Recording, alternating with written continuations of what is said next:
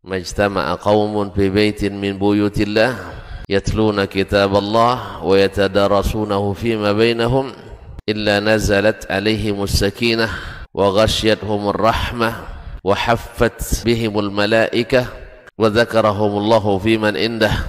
Tidaklah suatu kaum duduk di salah satu rumah Allah membaca ayat-ayat Allah dan sama-sama mempelajarinya kecuali turun kepada mereka as-sakinah, ketentraman dan kenyamanan, wa ghasyiyatuhumur rahmah, dan mereka diliputi pula oleh rahmat, kasih sayang dari Allah Subhanahu wa taala, wa haffat bihimul malaikah, dan mereka pun dikelilingi oleh para malaikat karena malaikat suka majlis-majlis zikir dan ilmu.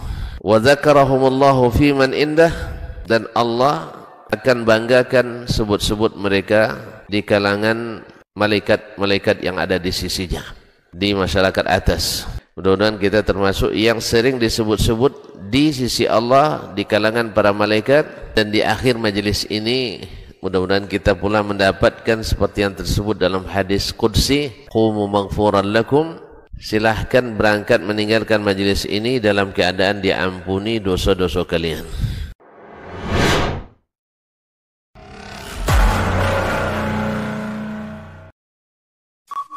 Dr. Dasman Yahya Ma'ali LCMA Hafizahullah, Dr. Helmi Basri LCMA Hafizahullah, Dr. Hidayatullah Ismail LCMA Hafizahullah.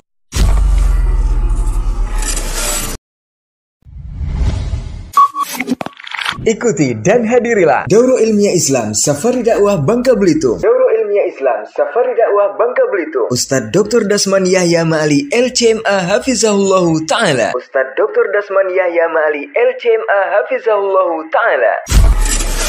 Jumat sampai dengan Ahad, 4 sampai dengan 6 Rabiul Awal 1444 Hijriah atau 30 September sampai dengan 2 Oktober 2022. Menuntut ilmu itu wajib bagi setiap muslim. Kita belajar karena ingin kita terhormat, derajat kita terangkat. Innal hamdalillah nahmaduhu wa nasta'inuhu wa nastahdihi wa nastaghfiruhu wa natubu ilaih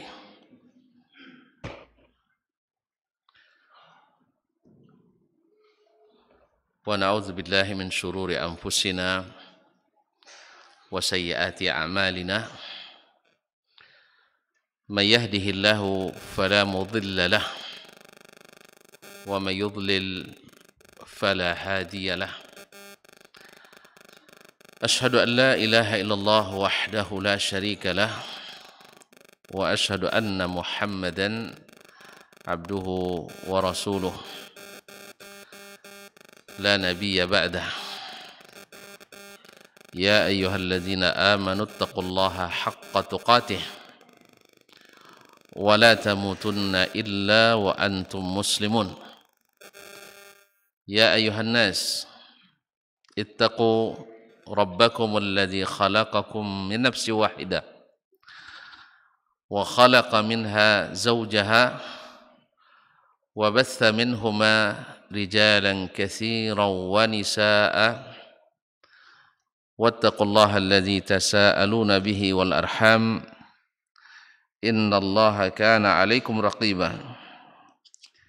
يا أيها الذين آمنوا اتقوا الله وقولوا قولا سديدا يصلح لكم أعمالكم ويغفر لكم ذنوبكم ومن يطع الله ورسوله فقد فاز فوزا عظيما. أما بعد فإن أصدق الحديث كتاب الله وخير الهدي هدي محمد صلى الله عليه وسلم وشر الأمور محدثاتها وكل محدثة بدعة وكل بدعة ضلالة.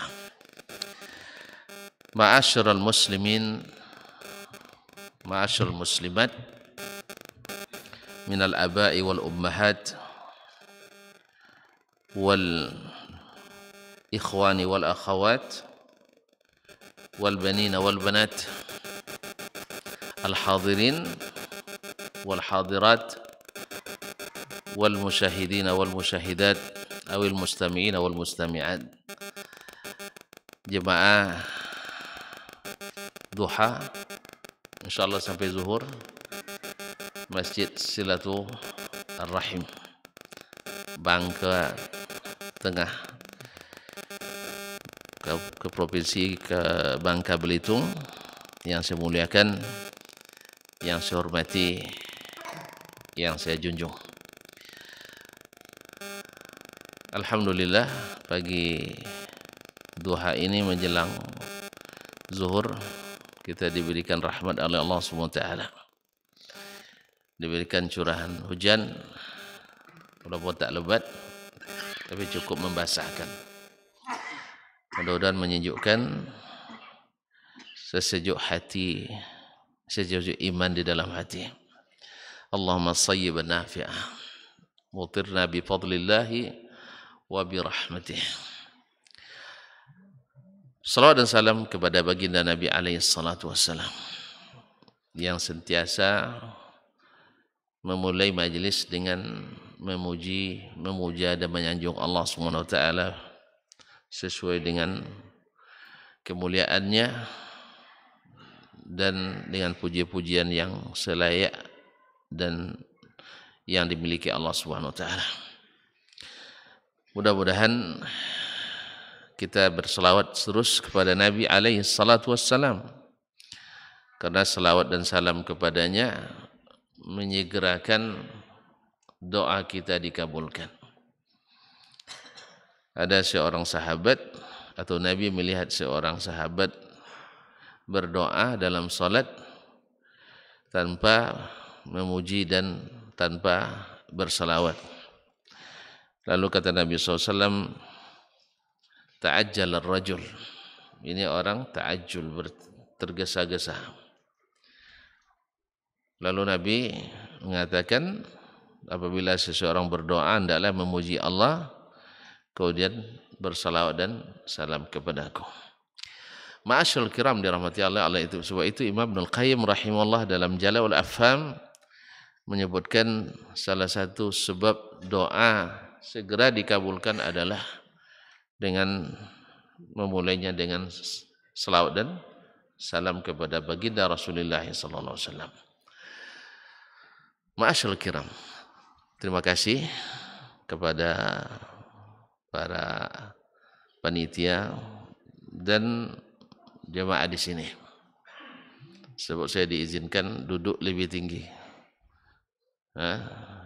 Mudah-mudahan tidak ada paksaan dalam hati. Nah, atau kalau tak rela saya turun ke bawahnya. Pokoknya seperti guru kami dulu bilang, kalau kamu sabar duduk di situ lama, nanti akan duduk di sini katanya. Ya tentu harus lama dulu sampai saya pergi baru duduk di sini. Kaum muslimin dan muslimat dirahmati Allah. Ini bukan karena lebih tinggi, tidak, tapi supaya lebih nampak, supaya nampak dari yang depan sampai ke belakang. Selanjutnya saya mohon izin kepada para ketua di tempat sini, para ulamanya, para ustadz, ustazahnya, pada kiai, nyai, dan para dai dan daiyah, dan tak lupa pula para pemangku adat, orang tua, nenek mama yang hadir ataupun yang melihat atau yang mendengarkan. Saya mohon izin sebentar saja, tidak lama. Nah, suaranya kurang keras karena mic-nya kurang satu. Oh, kurang dekat, didekatkan. Oh, kalau dekat tak biasa dah. Baik, apa boleh buat? Dah jelas. Sudah. Kalau dah jelas selesailah. Oh, suaranya. Baik kaum muslimin dan muslimat rahmati Allah. Ada permintaan, saya juga minta. Kalau boleh AC di belakang saya dimatikan saja. Atau diarahkan ke jemaah. Ya bukan tidak suka, tapi tidak kalau terlalu banyak tak apa. Dah satu-satu. Alhamdulillah. Dari tadi sebenarnya mau bicara tapi segan. Tapi dia tidak segan-segan minta. Terima kasih, jazakallah khair. Kadang-kadang kan harus orang mulai dulu kan baru kita bisa. Nah. Mohon maaf Bapak dan Ibu yang saya muliakan. Pagi ini tema kajian kita wali Allah menurut sunnah. Tentu ada yang bertanya, kenapa tidak menurut Al-Quran dan Sunnah? Kenapa harus menurut As-Sunnah? Pertama, ini kalau dekat menggema Ustaz. Suara saya kan keras juga sebenarnya. Baik. Ini kesempatan minum nampaknya. Izin ya. Ada yang mau minum? Nah, bismillah.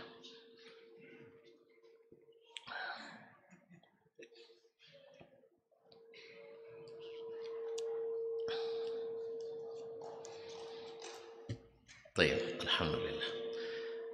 Masih. Kaum muslimin dan muslimat yang dirahmati Allah, kenapa menurut As-Sunnah? Saya teringat perkataan Imam Asy-Sya'bi dan Imam Makhul Syami rahmatullahi alaihima wa ala jami'ul ulama al-kiram, lal kitabu ahwaju ila sunnati minas sunnati ila al-kitab. Sesungguhnya Al-Quran lebih membutuhkan As-Sunnah daripada As-Sunnah membutuhkan Al-Quran. Apa maknanya? Bila As-Sunnah disebut, maka Al-Quran include, termasuk dalamnya. Tidak mungkin orang melaksanakan sunnah kecuali mendahulukan Al-Quranul Karim. Tidak mungkin orang menerapkan sunnah kecuali wajib mendahulukan Al-Quran, karena As-Sunnah mendahulukan Al-Quranul Karim.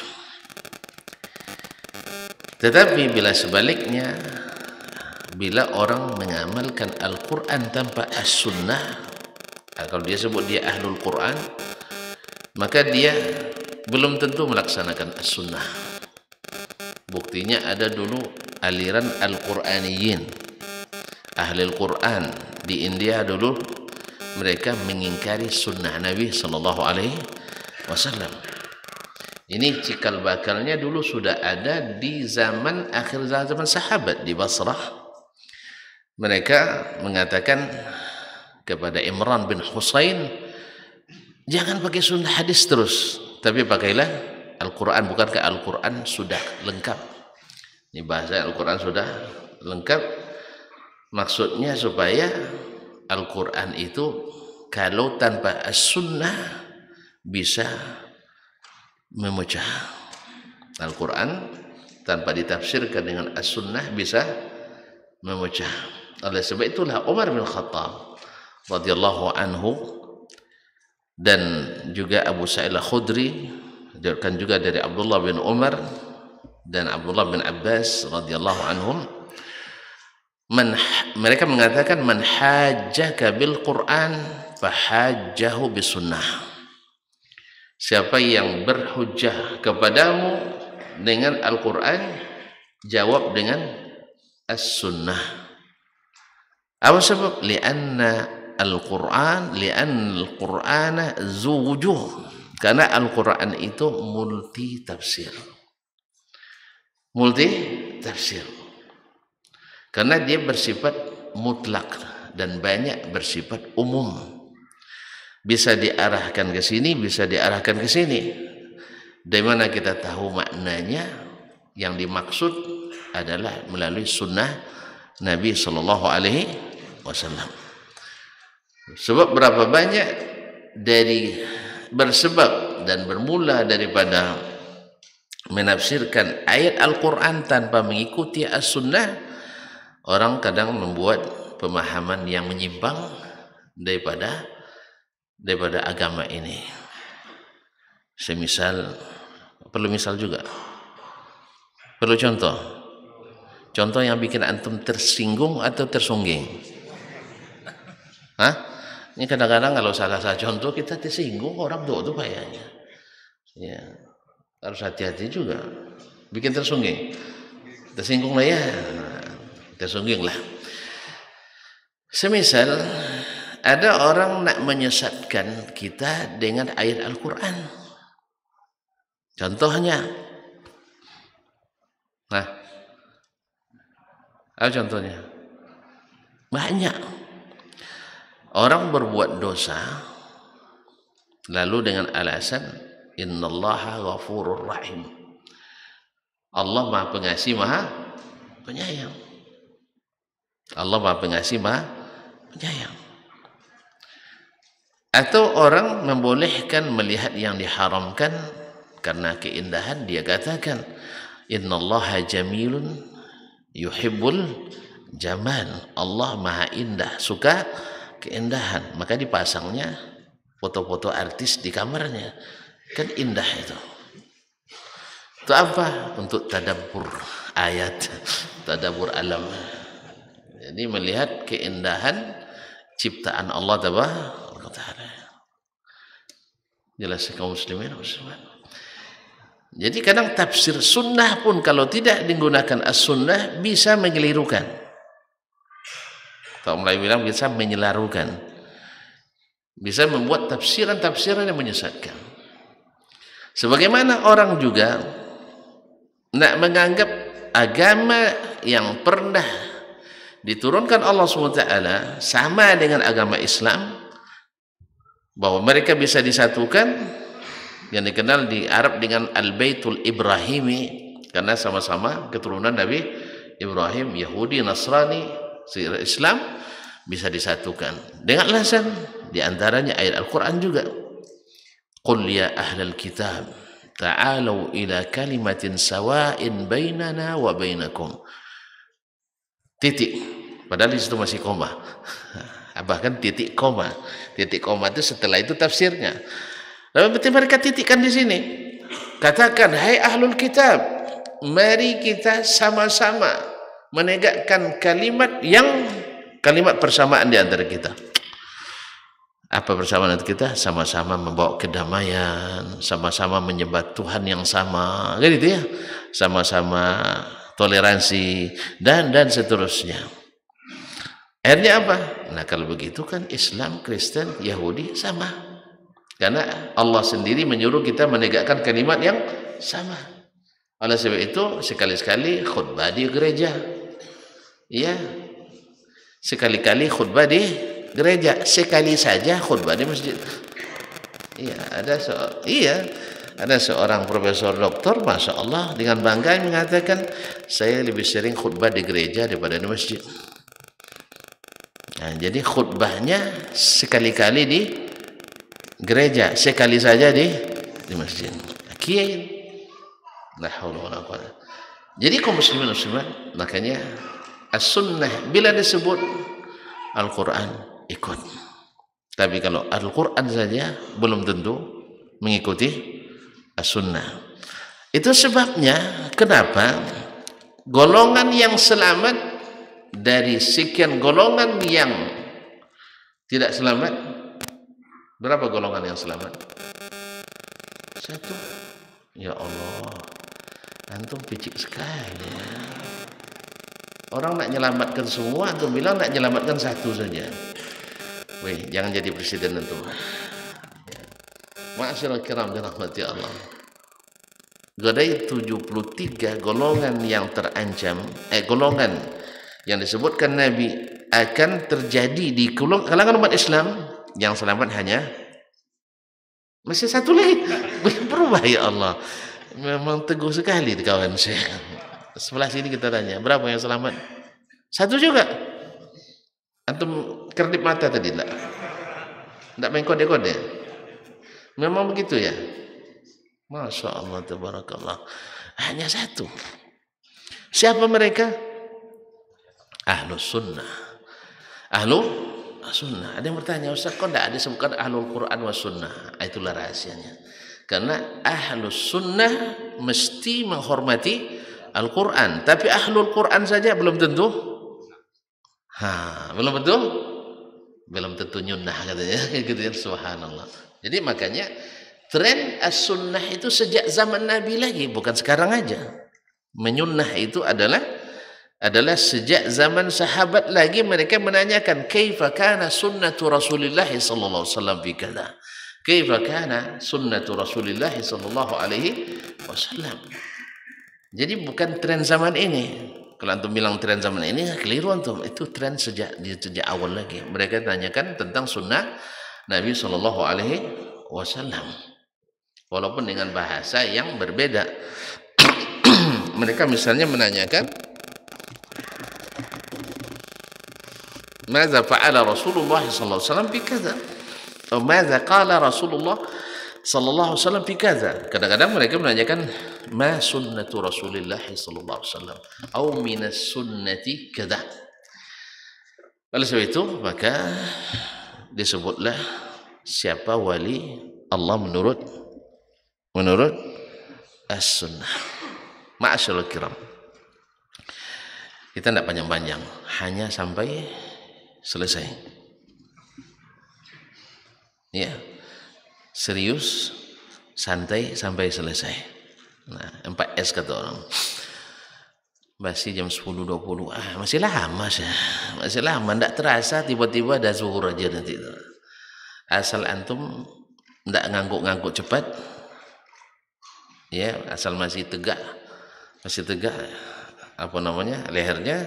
Tapi kalau sudah terkulai ngangguk nanti, ya saya paham lah. Jadi antum kasih isyarat aja. Nah, kasih isyarat.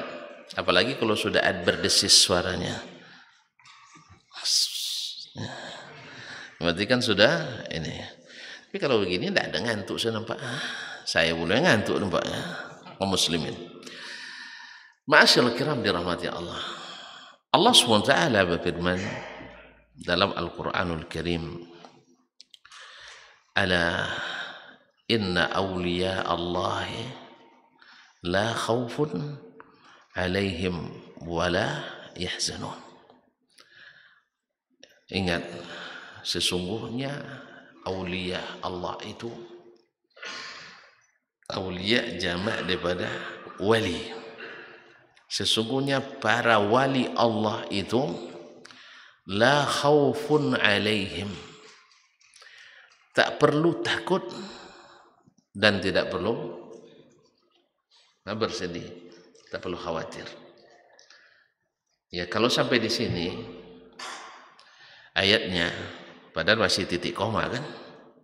Tapi kalau sudah disebut titik, nanti bisa saja ditafsirkan orang wali Allah itu tidak perlu takut lagi masuk neraka, sebab dijamin masuk surga. Sehingga tidak sedikit orang yang diwalikan karena dijamin masuk surga, lalu dikeramatkan, lalu dijadikan sebagai tempat-tempat yang dibesarkan. Sehingga ada kalau katakan kalau wali itu diterima amalnya sehingga dia banyak karamahnya. Padahal masih ada sambungan ayat. Siapa wali itu? Yang kedua, kalau itu tadi saja, wali itu jadi eksklusif, dengan arti peluang untuk menjadi wali harus ada pendaftaran khusus. Jelas? Kalau nak jadi wali harus naik peringkat-peringkat khusus yang dibuat-buat orang. Kalau masih pemula belum, tapi harus jadi khawas. Setelah itu jadi khawasul khawas. Ada peringkat-peringkat tertentu. Padahal wali itu sederhana kalau kita mau istiqamah. Allah sendiri menafsirkan siapa? Ala inna awliya Allah la khawfun alaihim wa lahum yahzanun. Ingat, sesungguhnya wali Allah itu tak perlu takut, tak perlu khawatir. Siapa? Alladzina amanu. Orang-orang yang beriman. Wa kanu yattaqun, dan selalu bertakwa. Oleh sebab itu bisa saja Allah berikan kewalian itu kepada masyarakat yang tidak dikenali, orang yang tidak dikenal, padahal dia wali. Seperti kata Nabi sallallahu alaihi wasallam, kam min rajulin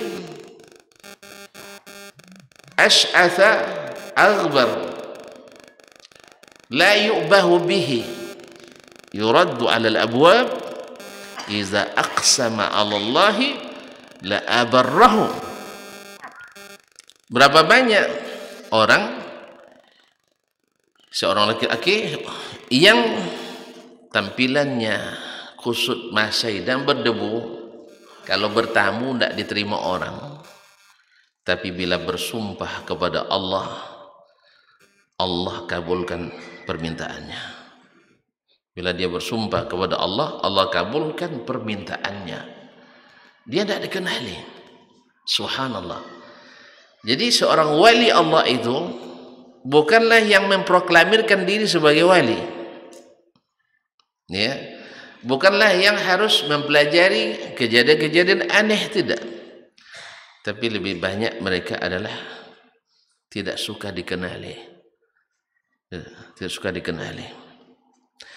Muhammad ibn Munkadir rahimahullah, seorang ulama besar di Madinah di masa tabi'in, dikenal dengan riwayat hadis dari Jabir bin Abdullah ibn Haram al-Ansari. Jabir adalah sahabat Nabi alaihissalatu wassalam.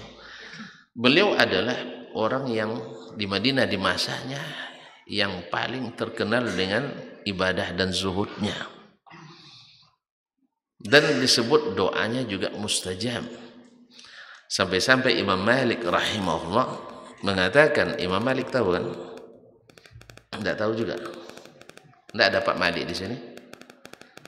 Pak Malik nggak ada. Ada? Kalau ada tunjuk tangan. Nggak ada. Alhamdulillah. Nampaknya tidak sampai Imam Malik ke sini. Mazhab di sini mazhab apa? Syafi'i ya? Mazhab Imam Syafi'i. Alhamdulillah. Berarti Imam Syafi'i sampai sini. Iya. Nah, Imam Syafi'i itu murid Imam Malik. Jadi Imam Malik punya jasa pada orang Bangka yang bermazhab Syafi'i. Berarti itu harus doakan juga tuh. Ya, sampai mazhab muridnya sampai ke sini. Mazhab Imam Syafi'i. Imam Malik rahimahullah, bila dia merasakan sedikit futur, itu ada futur, tahu ya apa maknanya, kurang semangat ya dalam menuntut ilmu atau menyebar ilmu atau beribadah, dia sengaja berkunjung ke Muhammad ibn Munkadir. Sebab melihat beliau bersemangat pun menularkan semangat kepada kita. Kita kan juga kaum muslimin muslimat. Saya kalau terus saja saya di Pekanbaru tidak nengok orang Bangka, mungkin agak futur juga kan. Nah, makanya terima kasih saya kepada panitia di sini, akhirnya semangat lagi untuk segera pulang. Soalnya sudah banyak menanti masalah. Bukan, masih semangat untuk berdakwah lagi terus. Insya Allah nanti undang lagi, tak masalah. Ini menambah semangat. Karena melihat saudara semangat, kita semangat. Imam Malik melihat Muhammad bin Munkadir, timbul semangatnya kembali. Ma'asyallah kiram dia waktu. Ini bang kata tafsirnya, orang yang bila kita lihat mengingatkan kita kepada Allah Tabaraka wa Ta'ala. Inilah Muhammad Munkadir. Suatu hari dia terjadi musim panas berkepanjangan di Madinah. Oleh itu khalifah waktu itu memerintahkan untuk salat al-istisqa. Ini kalau kita disuruh berdoa istisqa, kadang ngeri-ngeri sedap juga. Ya, kalau turun hujan, oke lah. Tapi kalau tidak turun hujan, disalahkan tukang doa, ya enggak? Saya mau doa, Ustaz Dasman, iyalah mana makbul doa kan, iya kan? Jadi Antum pernah salat istisqa lah. Jadi imam coba sekali. Kalau tidak sempat ada hujan orang lain rasanya. Tak doa. Nah, Muhammad bin Munkadir yang begitu zuhud, ahli ibadah, rahimahullah taala, beliau berdoa tapi tak turun hujan. Tak turun hujan.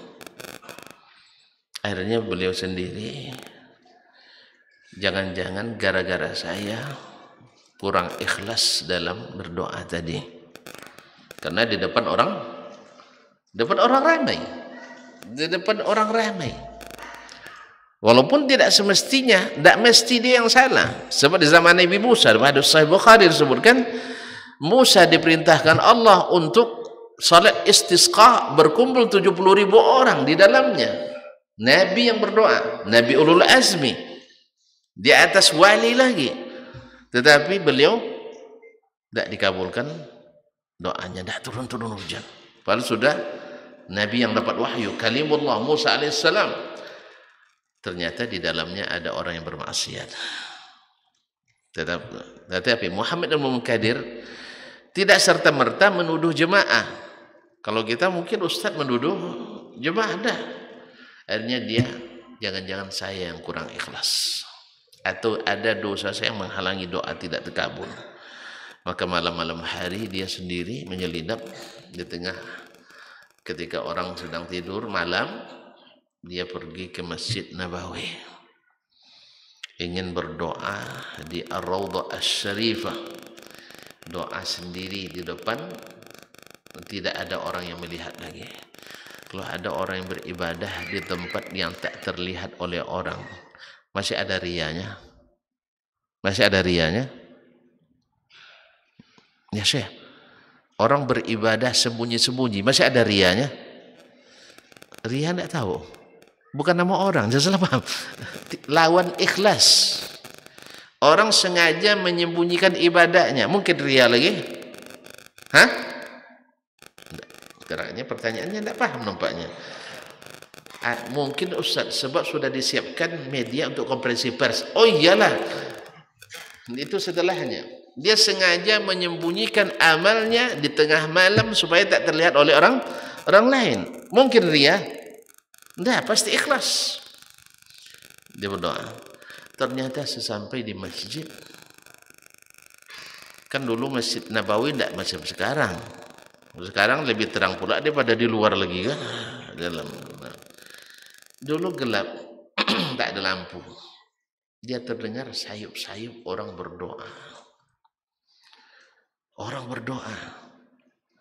Lalu dia dengar apa doanya? Allahumma inni aqsamtu alaika illa saqaitahum. Allahumma inni aqsamtu alaika illa saqaitahum. Allahumma inni aqsamtu alaika illa saqaitahum. Ya Allah, aku meminta kepadamu dengan dengan sungguh-sungguh bersumpah kepadamu, engkau mesti turunkan hujan kepada mereka. Allah, dipaksanya Allah menurunkan hujan. Gitu bahasanya. Saya bersumpah saya tak akan beranjak di sini sampai engkau turunkan hujan kepada mereka. Lalu Muhammad bin Munkadir, subhanallah, ternyata sudah didahului oleh orang lain. Marah dia. Awak kena dahului berdoa, marah juga. Kamu kenapa pandai-pandai sendiri? Kau muslimin muslimat dirahmati Allah, enggak?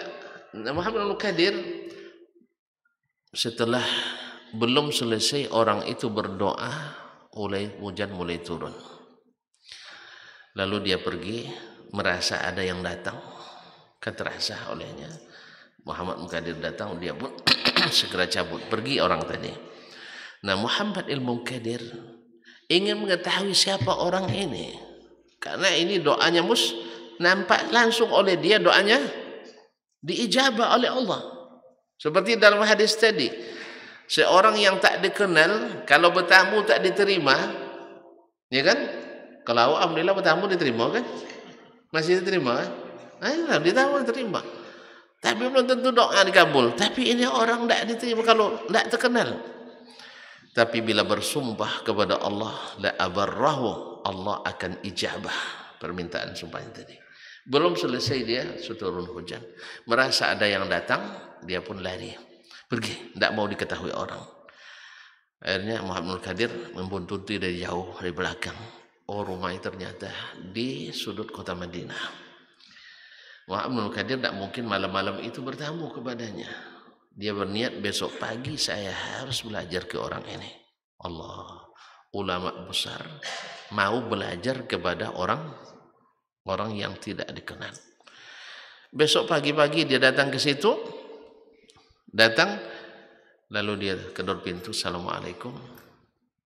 Ternyata dia dengar ada orang yang terseduh-sedan di dalam rumah, menangis. Kenapa dia menangis? Sang tuan tadi yang berdoa malam tadi, karena merasa sudah terdeteksi dan diketahui namanya atau tempatnya, akhirnya dia pindah dan pergi ke alamat yang tidak disebutkan. Allah. Akhirnya orang rumah itu marah sama Imam Muhammad Ibnul Munkadir. Gara-gara kamu, tuan kami pergi melarikan diri dari rumah ini. Begitulah orang wali yang menyembunyikan amalnya. Disebutkan pula di antara sahabat seperti As'ad bin Surarah radhiyallahu anhu al-Ansari yang ikut dalam Bai'atul Aqabah pertama dan kedua dengan Nabi SAW. Dalam satu peperangan, orang minta kepadanya, ya As'ad, udhu Allah, tolong berdoa kepada Allah supaya la yuriyannallaha aktafahum, supaya kami hanya melihat pundak-pundak musuh-musuh itu. Apa artinya? Kalau yang terlihat pundaknya saja?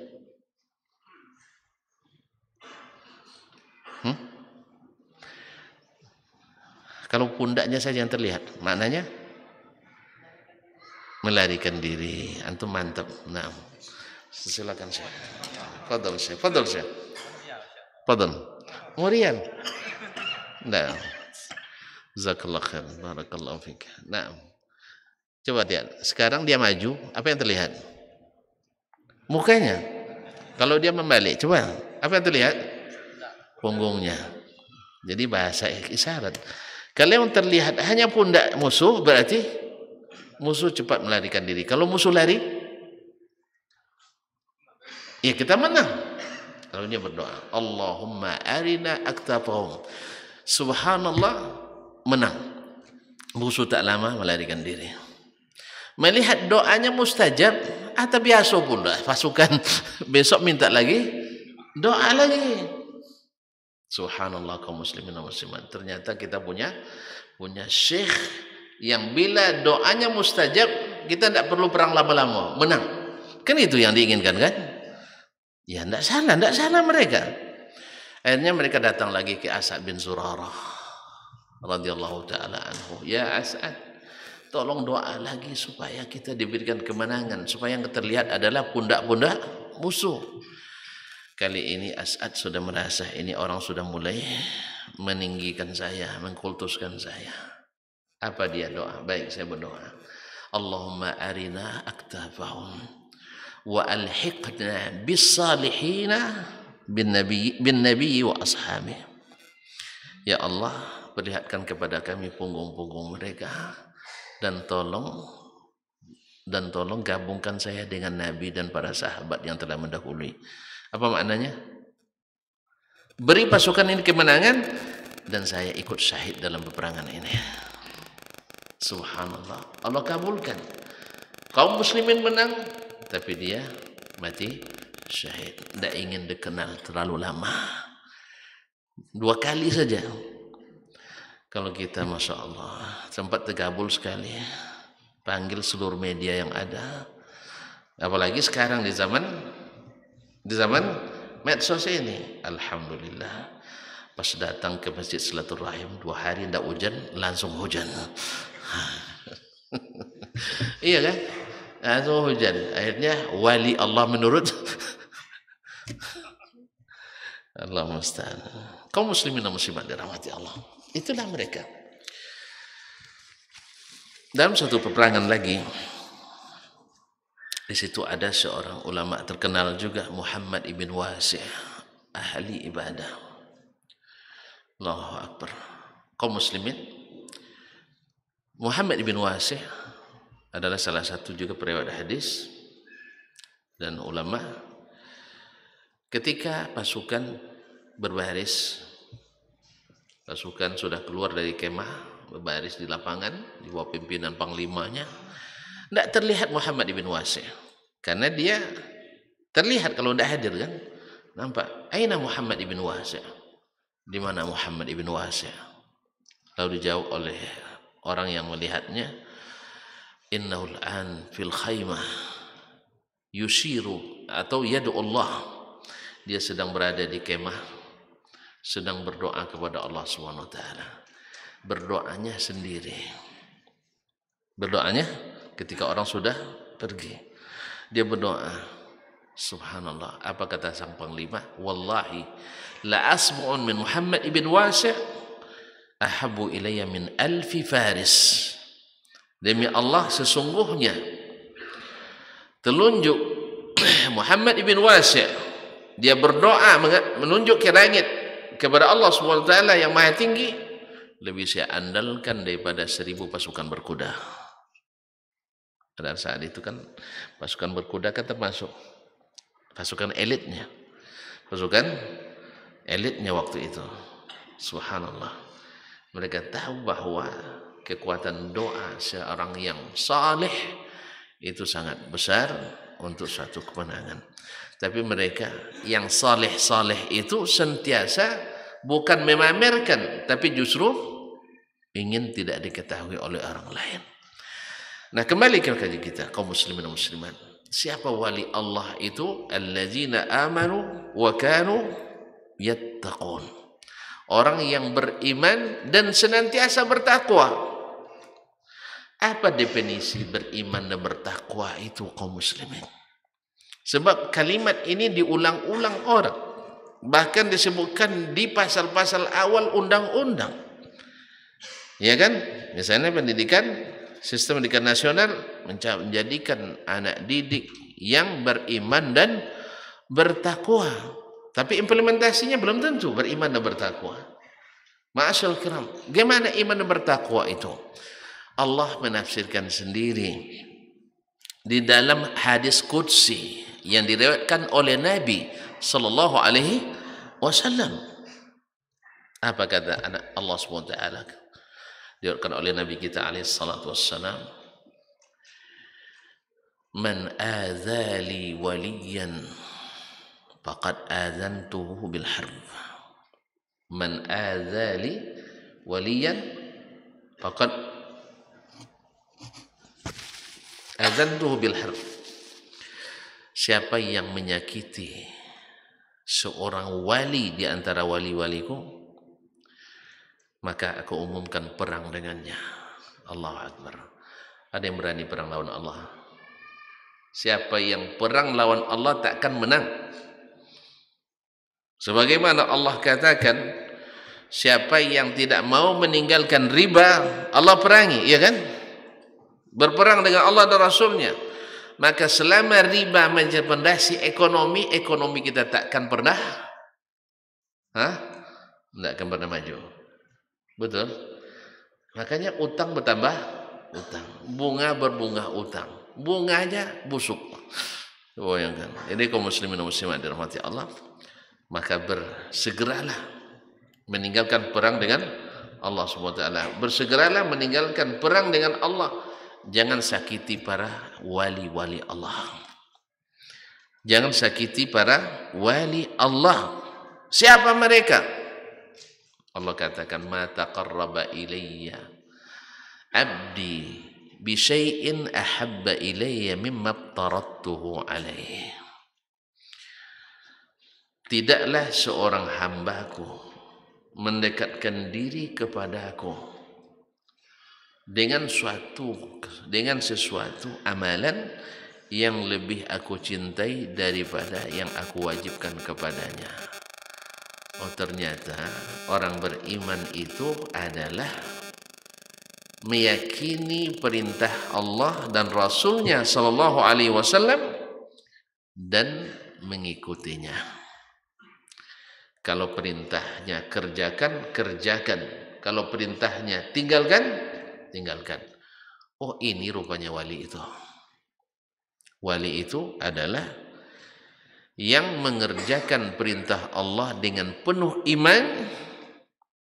Karena ada orang mengerjakan perintah karena terpaksa, riya. Ini lebih bahaya. Yang lebih bahaya daripadanya adalah terpaksa Islam seperti kaum munafiqin. Ya, karena dia tinggal di tengah-tengah kaum muslimin sehingga bernama Pak Muslimin. Padahal hatinya adalah bersama kaum kafirin. Tidak boleh bilang kafir ya. Karena ada bilang tidak boleh bilang kafir, Ustaz. Allah sendiri yang larang katanya. Di mana suratnya? Surat Al-Kafirun. Ada yang bilang tidak boleh berdakwah kafir. Apa bunyinya? Lakum dinukum waliyadin katanya. Allah saja boleh memilih agama saja, yang mana aja. Lakum dinukum waliyadin. Lalu kita tanya, di surat apa itu Pak? Di surat Al-Kafirun. Allah bilang mereka orang kafir. Dia bilang tidak boleh menyebut orang kafir. Itulah. Karena tidak berilmu tetapi ikut hawa nafsu.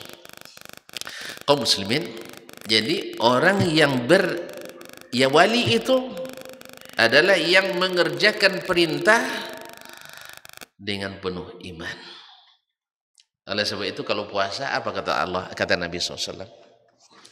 Kalau kita puasa, man shama Ramadhana imanan, karena beriman, bukan karena ikut-ikutan, bukan karena ikut-ikutan. Karena tradisi orang sini puasa, puasa pula. Karena tradisi orang Jumatan, Jumatan pula. Ini belum. Harus imanan, dengan penuh keimanan, sehingga kita mencintainya, sehingga kita mengharapkan kedatangannya dan sedih dengan kepergiannya. Kemudian wahtisaban, dan berharap pahala. Jadi bukan berharap amprah. Jelas? Itu tidak mau amprah. Antum ya kerja di mana? Tidak pernah dikaji ya? Sudah jadi bos barangkali. Kaum muslimin dan muslimat dirahmati Allah. Bukan karena berharap selain pahala. Walaupun diberikan pahala dan selain pahala. Kan bedanya di situ aja. Orang yang berharap pahala lalu diberikan selain pahala, itu tidak masalah. Tapi kalau yang berharap selain pahala berarti karena selain Allah tabaraka wa ta'ala, maka Allah tak berikan. Mungkin yang kita dapatkan adalah yang kita niatkan. Kaum muslimin, kaum muslimat yang dirahmati Allah Subhanahu wa taala. Jadi yang beriman dan bertakwa itu adalah yang melaksanakan yang diperintahkan atau meninggalkan yang dilarang atas dasar iman. Atas dasar iman. Oleh sebab itu maka yang wali yang dimaksud Allah adalah ma taqarraba ilayya 'abdi bi syai'in ahabba ilayya mimma aftaradtuhu alaih. Tidaklah ada sesuatu yang paling aku cintai dari seorang hamba yang ingin mendekatkan diri kepadaku dari apa yang aku wajibkan kepadanya. Berarti yang wali itu yang melaksanakan perintah, bukan yang punya kelakuan aneh-aneh. Ya, bukan yang punya kelakuan aneh-aneh, apalagi sampai gila pula. Ya. Jadi kalau wali tidak boleh sampai gila. Kalau udah gila mana ada. Jadi kaum muslimin muslimat, wali kita adalah yang sadar, yang senantiasa mengikuti tunjuk ajar, yaitu yang dia kerjakan yang diperintahkan dan ditinggalkan apa yang dilarang Allah Subhanahu wa taala. Nah, mereka juga punya skala prioritas, bahwa yang wajib mesti disegerakan daripada yang Yang sunat, karena Allah lebih mencintai yang wajib daripada yang sunat. Ada sebagian orang karena mengejar martabat kewalian sibuk dengan berzikir, tapi tidak mau hadir sholat berjamaah. Ada macam tidak pernah nengok antum banyak. Nah, dulu saya masa di Jakarta, tinggal di sebuah tempat masjid dengan tempat tinggal kami satu dinding. Ada sekelompok orang, masya Allah, sampai tidak tidur malam baca salawat. Pasti kan ada tujuannya supaya jadi orang hebat. Mungkin bisa bertemu Nabi langsung, ya, bertemu Nabi langsung itu. Cuman subhanallah, kapan datangnya ke masjid, selesai orang berjamaah mereka datang. Ada pula ustadz yang bawa, tentu ada ustadznya. Setelah itu menjelang subuh, setengah jam menjelang subuh mereka bubar. Di sholat isya tidak nampak, di sholat subuh terlelap. Soal sholat tidak sholat saya tidak tahu, itu urusan mereka. Yang jelas di masjid sholat isya nggak ada, sholat subuh juga nggak ketemu. Ini dicintai Allah atau dimurkai Allah? Ustaz, gara-gara mengerjakan yang sunat, andainya sunat nih, andainya sunat, kan sholawat kan sunat cuma kan, lalu meninggalkan yang wajib, yaitu apa? Salat berjamaah di masjid. Makanya berkata sebagian ulama as-salaf mengatakan man syaghalahu al-fara'id anil nawafil fahuwa ma'zur, wa man syaghalahu an-nawafilu anil fara'id fahuwa maghrur. Apa terjemah Ustaz? Antum ngangguk nampaknya. Man syaghalahu al-fara'idu 'anil wa nawafili fahuwa ma'zur. Wa man syaghalahu an-nawafil 'anil fara'idi fahuwa maghrur. Siapa yang disibukkan oleh yang wajib lalu tertinggal sunat, ini ada uzurnya. Walaupun tidak boleh tinggalkan sunat juga sebenarnya. Ya, rugi. Tapi uzurnya ada. Apa sebab? Maaf Pak, saya tidak bisa bikin yang sunat. Apa sebab? Saya wajib. Misalnya, ada buka infak di sini, infak sunat. Misalnya sunatan masal, ya kan? Lalu mohon maaf Pak, saya tidak bisa. Sebab apa? Saya nak nikah. Nikah wajib apa sunat? Bagi yang sudah menikah pasti bilang sunat. Bagi yang belum wajib dong. Ya. Maka dia mohon maaf saya tidak bisa sekarang. Itu ada uzurnya, ya kan? Ada uzurnya. Atau orang misalnya tidak sempat sholat sunat subuh karena tadi cepat qomatnya. Lalu dia kan kalau sudah sholat wajib tidak boleh lagi sholat sunat. Akhirnya dia dahulukan yang wajib, tinggal yang sunat. Namanya ma'zurun. Ada uzur syar'inya. Jelas? Tidak bayar zakat. Sebab apa? Tidak sampai nisab. Tidak sampai nisab. Tanpa wajib, tidak wajib dia. Nah, jadi kaum muslimin dan muslimat ada uzurnya. Jelas? Ada uzurnya. Tapi siapa yang disibukkan oleh yang sunat sampai meninggalkan yang wajib, maka orang ini maghrur. Ini orang tertipu.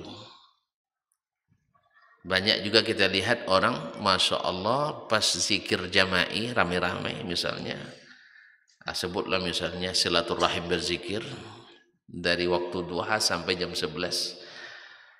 Pas zuhurnya pulang semua. Pas zuhur pulang. Apa yang terjadi? Dah zikir tadi, rezeki dah terjamin banyak. Sebab yang siapa sholat duha murah, siapa yang sholat duha murah rezeki katanya. Tidak tahu dia bahwa salat zuhur lebih Mana yang lebih memurahkan rezeki? Salat zuhur atau salat duha? Salat zuhur. Karena Allah lebih suka antum salat zuhur, ya, walaupun tinggal duha. Tapi tidak nyuruh ninggalkan duha, jangan salah paham.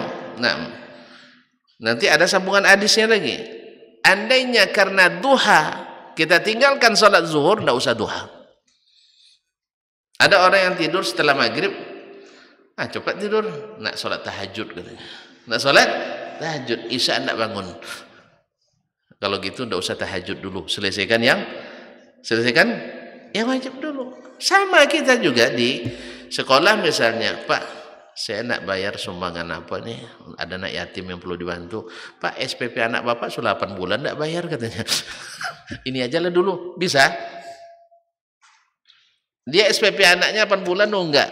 Habis itu dia nak bantu anak yatim pula. Karena ibu anak yatim itu janda pula. Ya, ibu anak yatim kan janda kan? Enggak paham.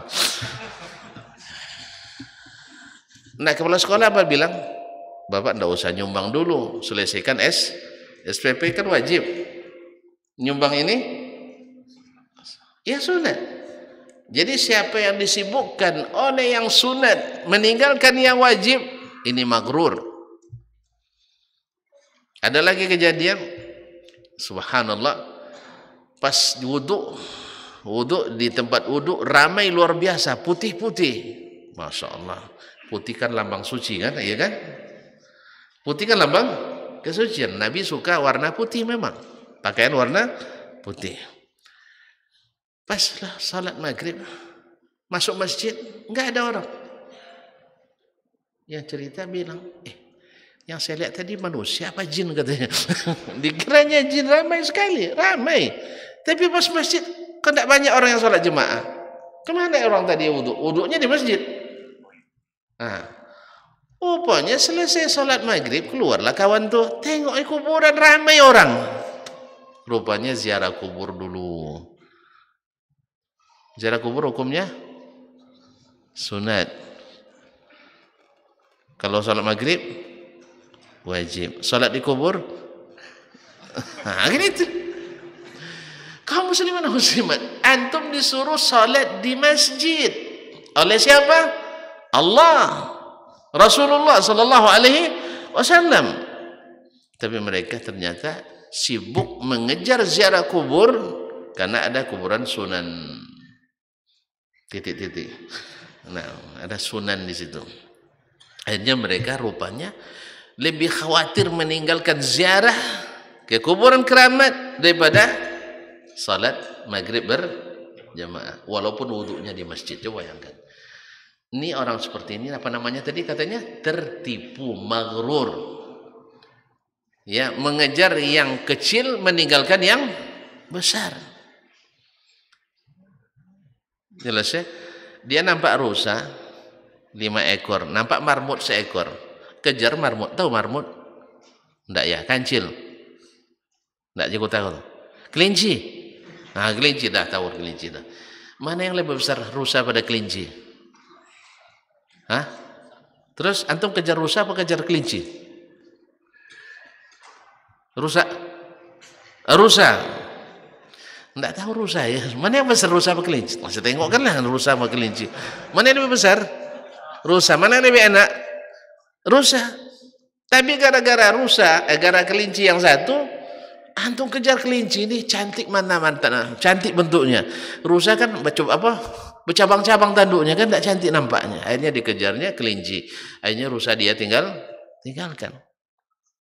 Jadi mengejar amalan-amalan yang kadang-kadang belum tentu disyariatkan, meninggalkan yang jelas-jelas disyariatkan. Yang seperti ini namanya maghrur. Mungkin jadi wali yang seperti ini. Mungkin, tapi bukan waliur rahman, tapi wali. Antum yang bilang, tidak saya. Makanya Imam Syekhul Islam Ibnu Taimiyah rahimahullah menulis kitab dengan judul Al-Furqan baina awliya'ir rahman wa awliya'is syaitan. Pembeda antara waliur rahman, wali Allah yang Maha Pengasih, dan walinya syaitan. Adapun waliur rahman, ini yang kita sebutkan sifatnya tadi, sibuk melaksanakan yang wajib, kemudian ditambah dengan yang sunat. Bukan sibuk karena yang sunat, meninggalkan yang wajib. Kan banyak, karena mengejar amalan-amalan yang diada-adakan, bukan yang Allah wajibkan dan syariatkan, meninggalkan yang disyariatkan bahkan diwajibkan. Seperti yang katakan tadi, orang berwuduk ramai-ramai, rupanya bukan untuk sholat, tapi untuk salawat. Ustaz, padahal waktu sholat maghrib katanya pendek. Untuk sholat maghrib katanya pendek. Jadi kaum muslimin dan muslimat dirahmati Allah, ini maghrur. Tadi dikatakan duha rajin berjamaahnya. Kenapa? Ramai, tandanya rajin. Tapi pas zuhur hilang. Kadang-kadang menjelang zuhur tinggal 1/4 jam lagi pada pulang. Andainya zuhur lebih banyak, duha sedikit, kita gembira. Tapi duha lebih banyak, zuhur kosong, kita wajib sedih. Apa sebab? Ini orang-orang maghrurun, seperti kata ulama tabi'in tadi, maghrur, tertipu. Jelas ya? Ibarat tahu menjualan bengalih, tahu? Jualan pedagang, tahu kan? Kalau di Masjid Silaturahim untungnya omsetnya per hari 2.500.000. Tempatnya lapang, ya kan? Lalu diantum di tempat yang lain misalnya omsetnya 250.000, tempatnya sempit. Lalu disuruh pindah, Anda lebih enak di sini, kata. Antum tertipu atau tidak? Tertipu. Di sana 2.500.000 laku, sekarang di sini 250. Apa sebab? Di sini bagaimana ya? Di sini teduh tempatnya, di sana panas misalnya. Allah musta'an. Maghrur. Mana yang lebih banyak pahala, yang wajib atau pahala yang sunat? Yang wajib ya. Allah musta'an. Andainya ada orang kerja di kantor, ya ada lembur, ada waktu aktif. Pak, saya di waktu aktif tidak hadir, lembur aja lah. Mana yang lebih banyak gajinya? Gaji lembur atau gaji asli? Serius nih? Tidak tahu ya, baca SBU tuh, standar biasa biaya umum oleh Menteri Keuangan tuh. Kalau lembur staf biasa sejam 6.000 cuma. Kalau gaji berapa? Kalau gaji 3 juta bahkan 100.000 sehari. Gara-gara ngejar 6.000 antum tinggalkan 100.000. Gimana ini orang? Maghrur, tertipu. Pas nanti laporan, kan ada setiap tahun laporan pegawai kan, antum tidak pernah masuk. Naik gaji? Enggak. Mungkin pangkat juga turunkan, tidak pernah masuk setahun. Yang seperti ini mungkin jadi wali? Mungkin dipromosikan jadi wali? Yang wajib ditinggalkan, yang sunat dikejar? Mungkin? Enggak. Sebab yang pertama ditanya itu yang wajib. Nah, bukan pula berarti yang wajib saja enggak. Sebab yang wajib bila dilaksanakan dengan baik dan benar, maka akan datang wa ma taqarraba ilayya 'abdi wa la yazalu 'abdi yataqarrabu ilayya bin nawafil hatta uhibbah. Seorang hambaku sentiasa melakukan amalan-amalan sunat sampai aku mencintainya. Kenapa dicintai Allah? Balasannya cinta Allah. Sebab orang yang menggabungkan antara yang wajib dengan yang sunat, menambah yang sunat ke yang wajib, itu tidak mungkin dilakukan kecuali cintanya berlebih. Cintanya lebih. Antara yang datang lebih awal dengan yang datang terakhir, mana yang lebih mencintai? Orang yang datang sholat sebelum azan dengan yang datang sholat setelah qomat, mana yang lebih mencintai sholat?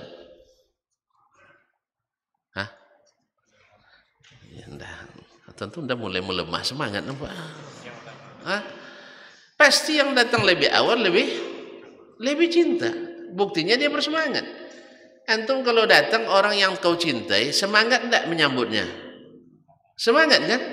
Kalau enggak dicintai, kalian aja lah pergi katanya. Ya kan? Kalau bersemangat antum sedang cinta pada orang rumah, orang istri misalnya, itu semangat pulangnya menggebu-gebu.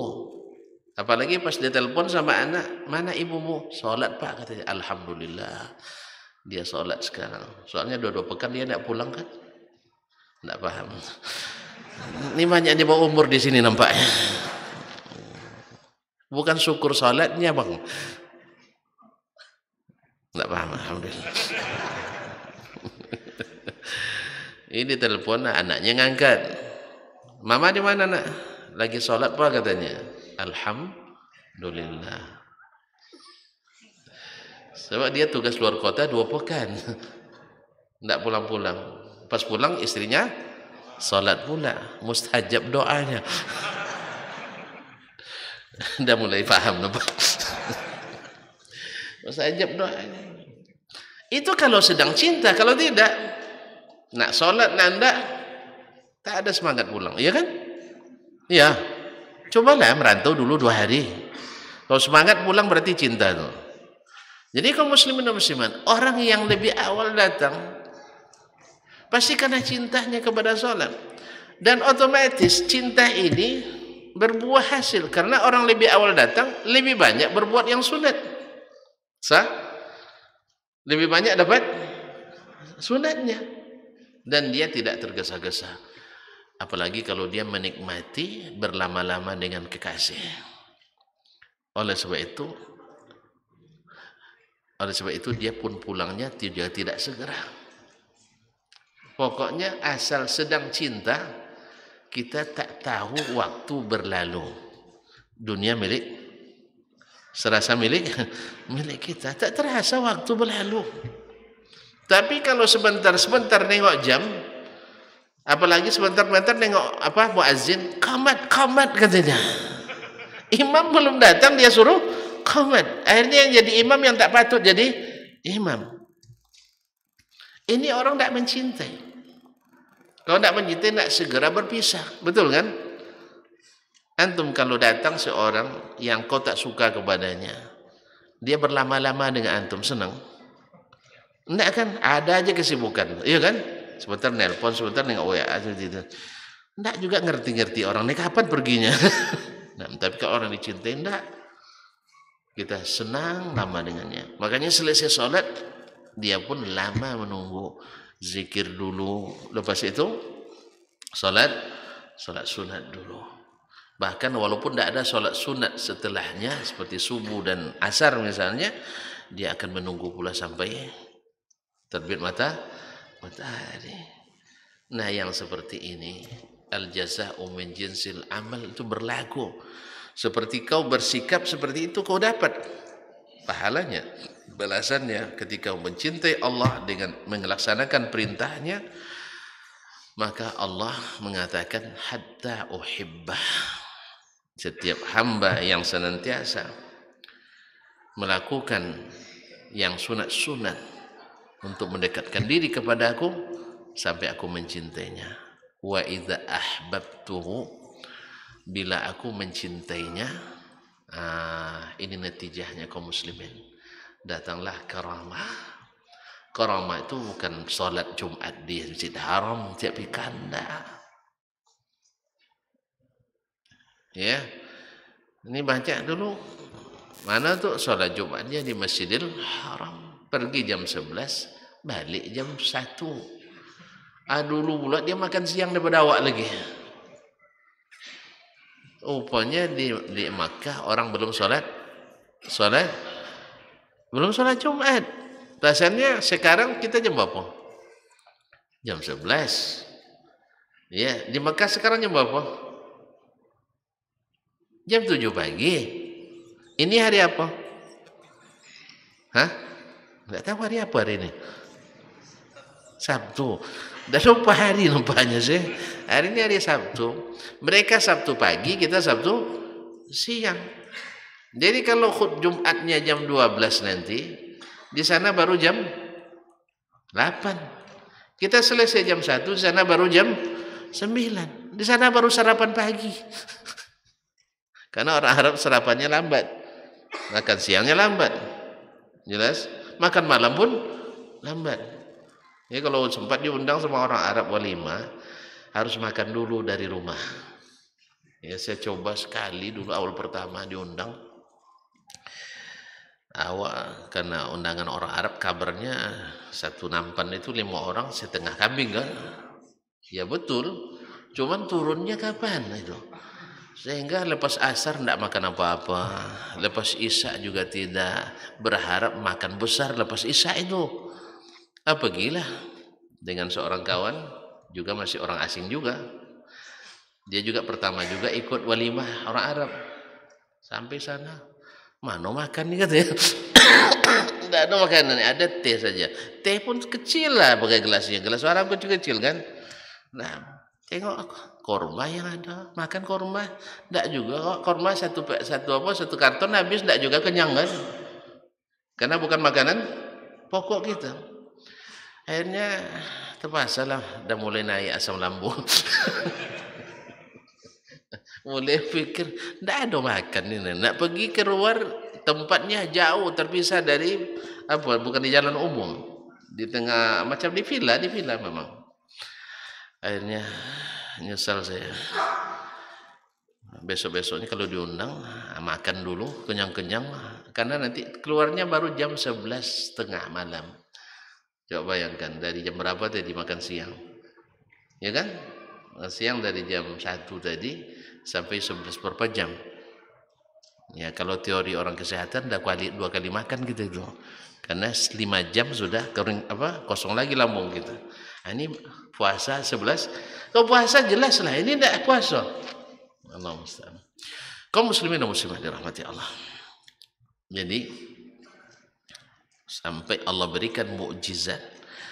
Mukjizat ini seperti yang kita sebutkan nanti, insyaallah kalau masih ada waktu, bukan untuk dipamerkan, bukan untuk ditunjuk-tunjukkan, dan tidak bisa diwariskan. Kalau bapaknya kiai keramat misalnya, anaknya tidak langsung jadi gus keramat, tidak mungkin. Tidak mesti.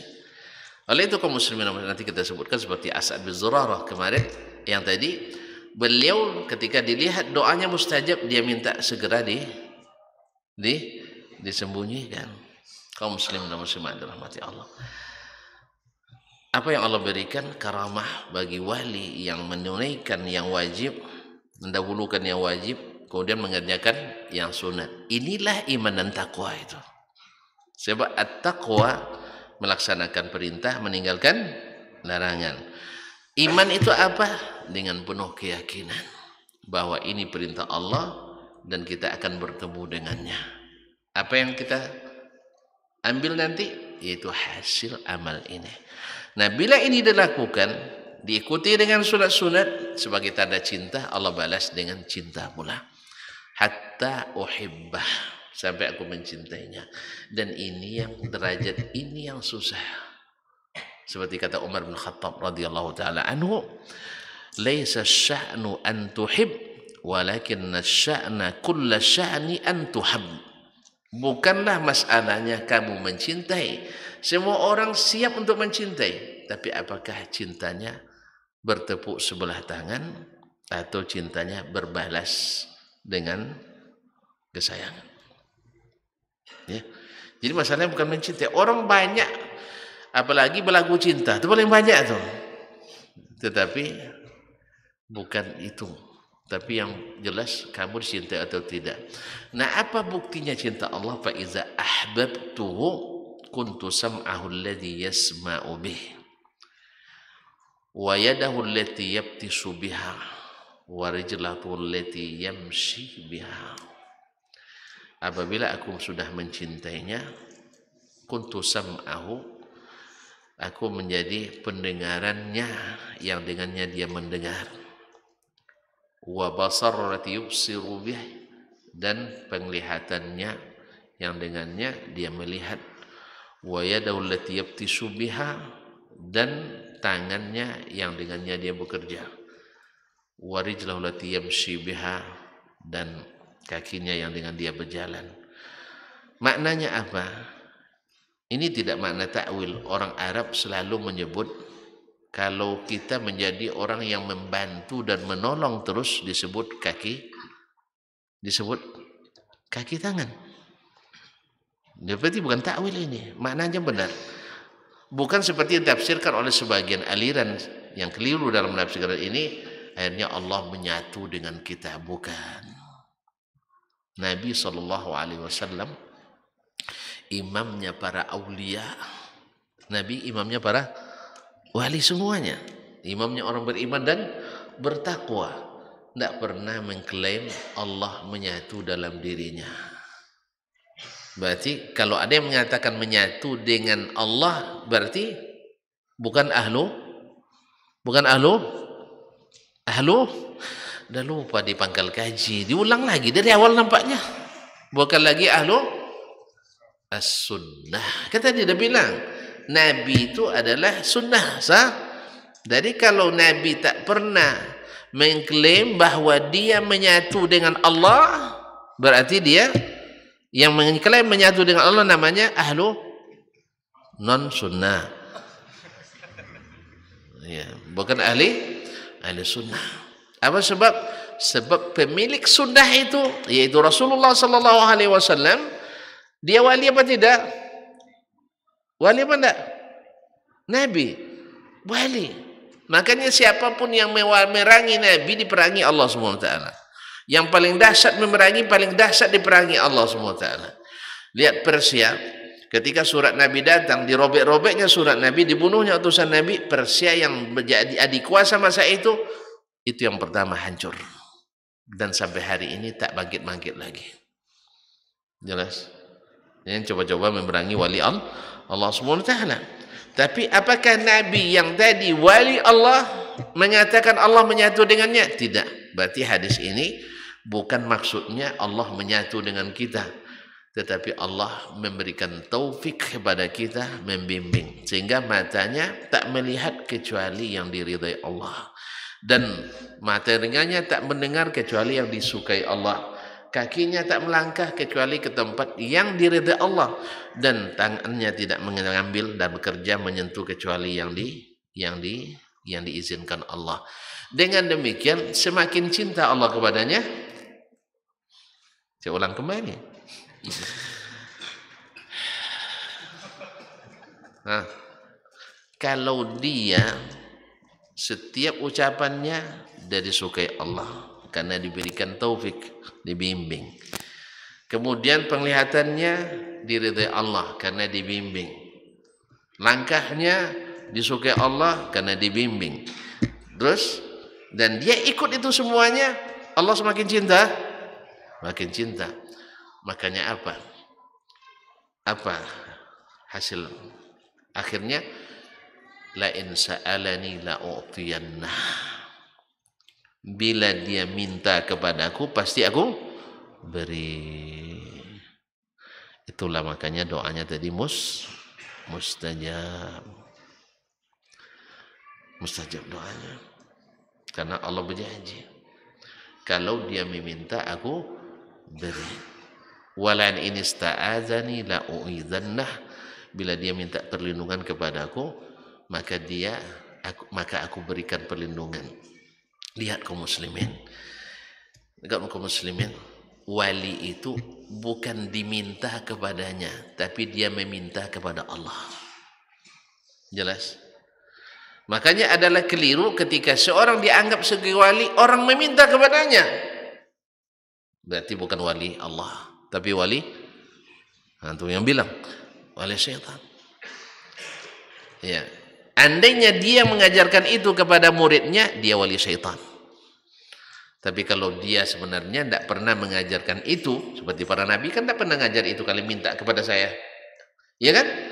Tapi mereka setelahnya pengikut-pengikut yang meminta kepada mereka, maka yang meminta ini mengikuti jalan syaitan. Jadi lihat, wali yang dikatakan Allah itu tetap memintanya kepada Allah, bukan dia yang punya kuasa sendiri.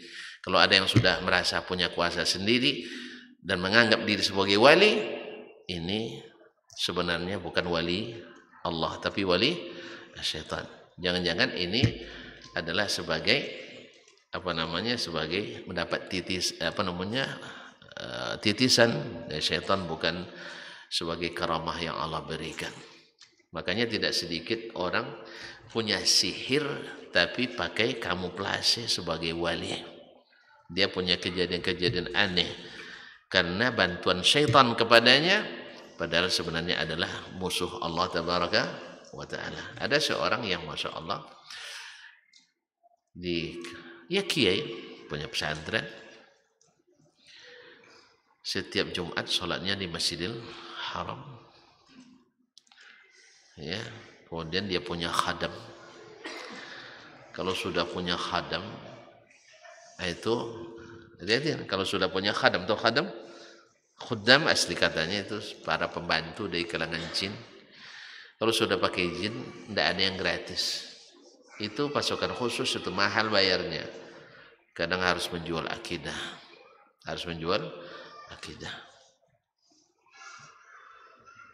Itu dengan sujud kepadanya. Dan ada pula yang setiap ke WC menjadikan Al-Quran sebagai bantalan tempat injak kakinya. Allahumma musta'an. Orang nggak tahu. Yang jelas dia banyak punya kejadian aneh. Dikira sebagai wali. Ini yang tertipu adalah masyarakat umum. Ya, karena dia punya kedudukan, yaitu dia punya pesantren, sorban tidak pernah tanggal, sarung kemana-mana, tetapi sholat Jumatnya di Masjidil Haram. Akhirnya kaum muslimin yang seperti ini akhirnya menyesatkan, bukan memberi petunjuk. Nah, terserah antum. Pokoknya tamu itu seperti orang mati. Nak dihentikan tiba-tiba tidak masalah. Nah, tapi kan dah sampai ini ya. Sebelum saya tutup, jadi ciri wali Allah itu seperti yang disebutkan oleh Syekhul Islam rahimahullah.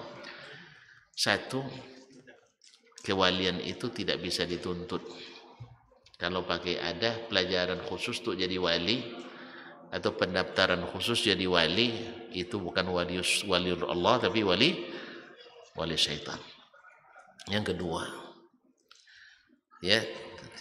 kedua, bahwasanya karamah itu bukan dari orangnya, tapi diberikan oleh Allah pada waktu dibutuhkan.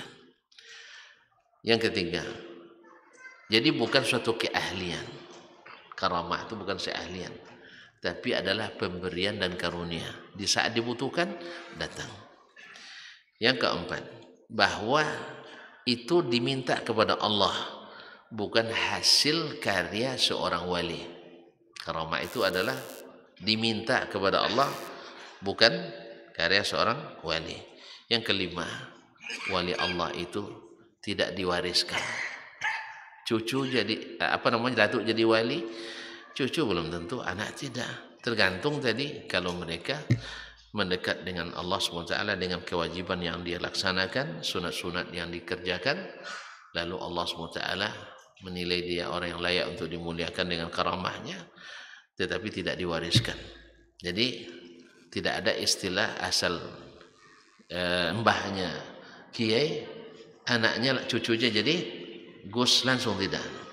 Nah, jadi kaum muslimin dan muslimat dirahmati Allah, dan sekali lagi itulah ciri daripada wali Allah, dan kalau tidak mungkin saja bukan wali Allah Subhanahu wa taala. Jadi tidak dipelajari, tidak diturunkan, tidak dititiskan dan tidak diwariskan, tetapi masing-masing Allah berikan kepada siapa yang dikehendakinya sesuai dengan prestasi dan dedikasinya dalam beribadah kepada Allah Subhanahu wa taala. Jadi waktu sudah dibatasi, ya apa boleh buat, saya harus menyerah. Ya pasrah tapi tak, pasrah tetap rela. Terima kasih atas waktu yang diberikan. Habis itu saya tutup aja. Oh, ada pertanyaan, masih banyak rupanya. Ada. Ini pertanyaan yang banyak nih. Nah, silakan. Saya duduk tetap di sini. Tetap di sini. Ayolah. Kan tadi tergantung perintah ini. Pilihkan yang mudah-mudah ya. Pilihkan yang mudah-mudah. Bukan yang mudah-mudah, yang mudah-mudah. Pakai hana. Juga mengakhirkan kepada Ustaz yang telah menyampaikan intinya, semoga apa yang disampaikan dapat memberikan manfaat kepada kita semua di dunia dan di akhirat. Amin. Dan sesi selanjutnya kita sesi tanya jawab. Ada beberapa pertanyaan yang telah sampai kepada kami.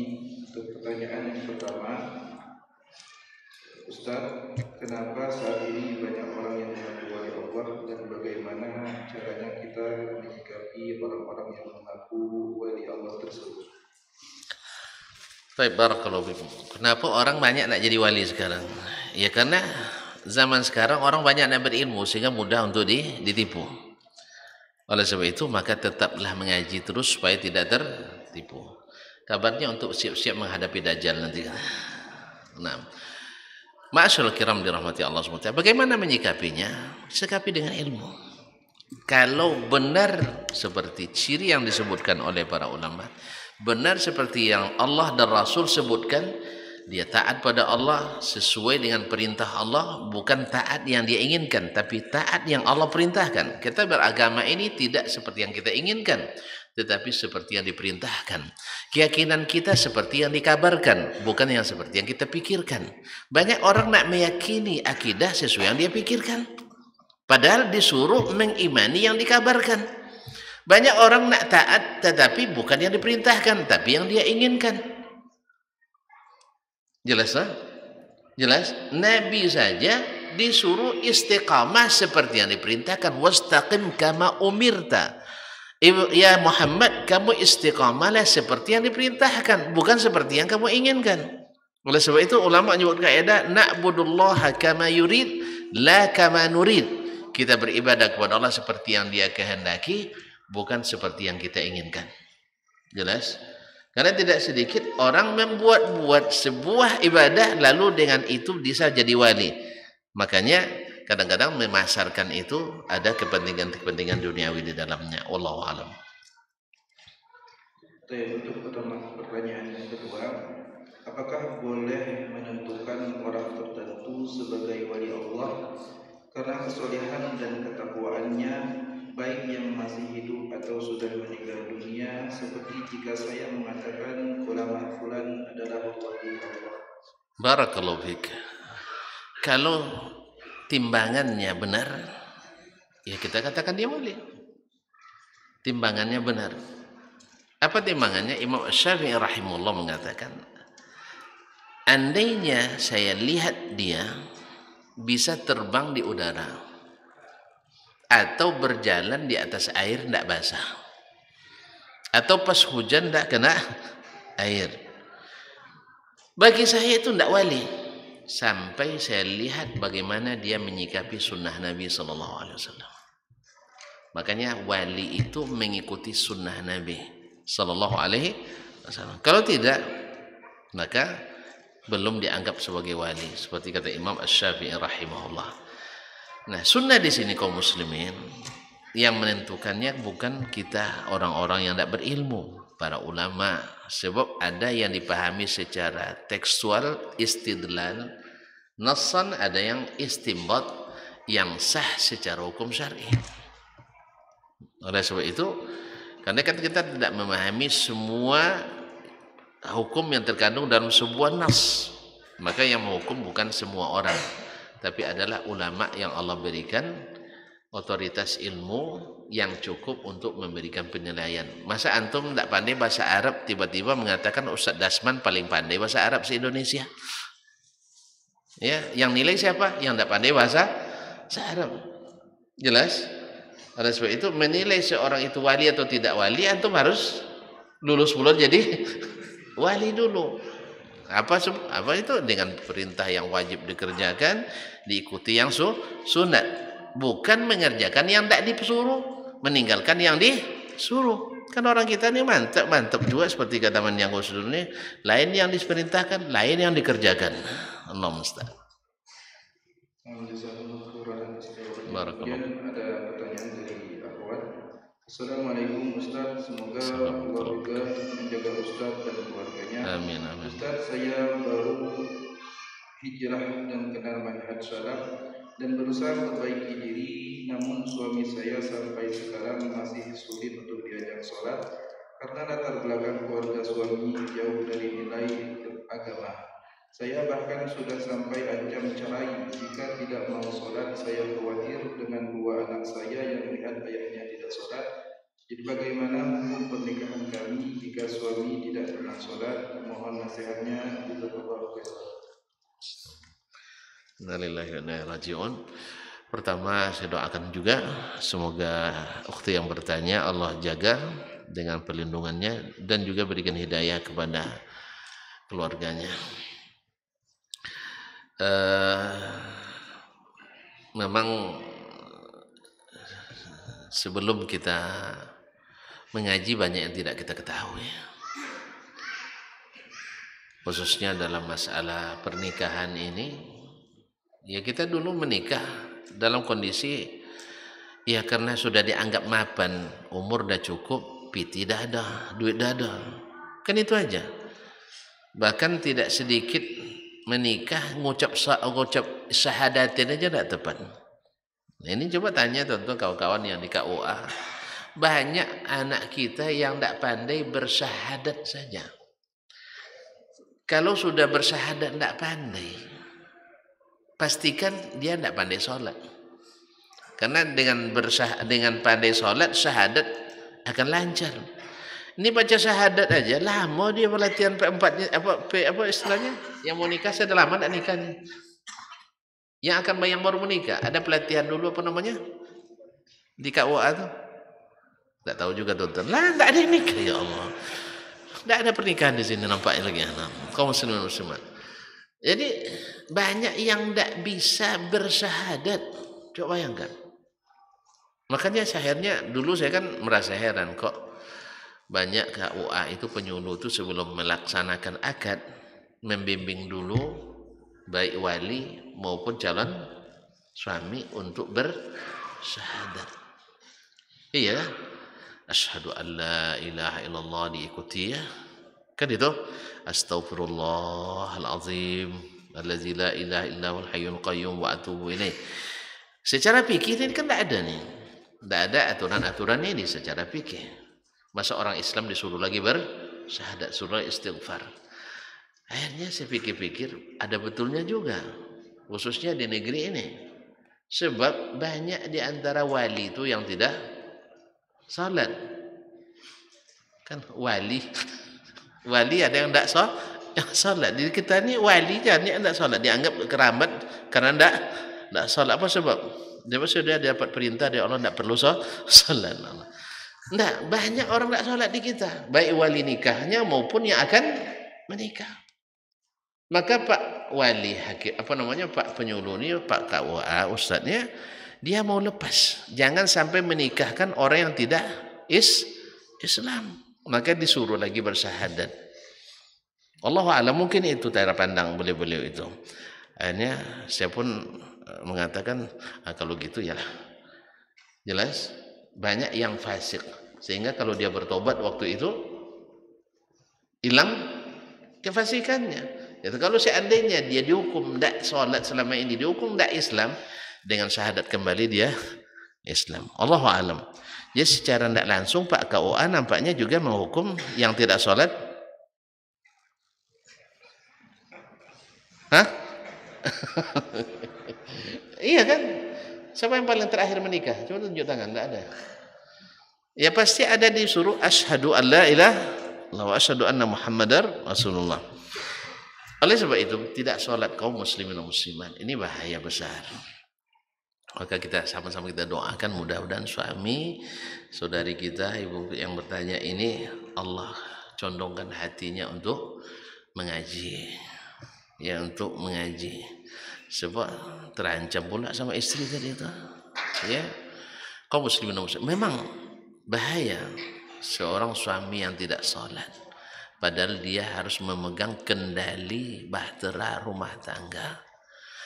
Kalau dia tidak pandai mengendalikan tidak tahu di mana di mana batu karang, alamat kapal akan tenggelam. Dan sholat adalah sebesar-besar penyelamat. Nah, di sini dia kena, takut kapalnya akan tenggelam. Oleh sebab itu, maka kita sama-sama doakan mudah-mudahan bapak ini, suami saudari kita ini segera bertobat kepada Allah Subhanahu wa taala. Karena meninggalkan salat itu kaum muslimin dan muslimat.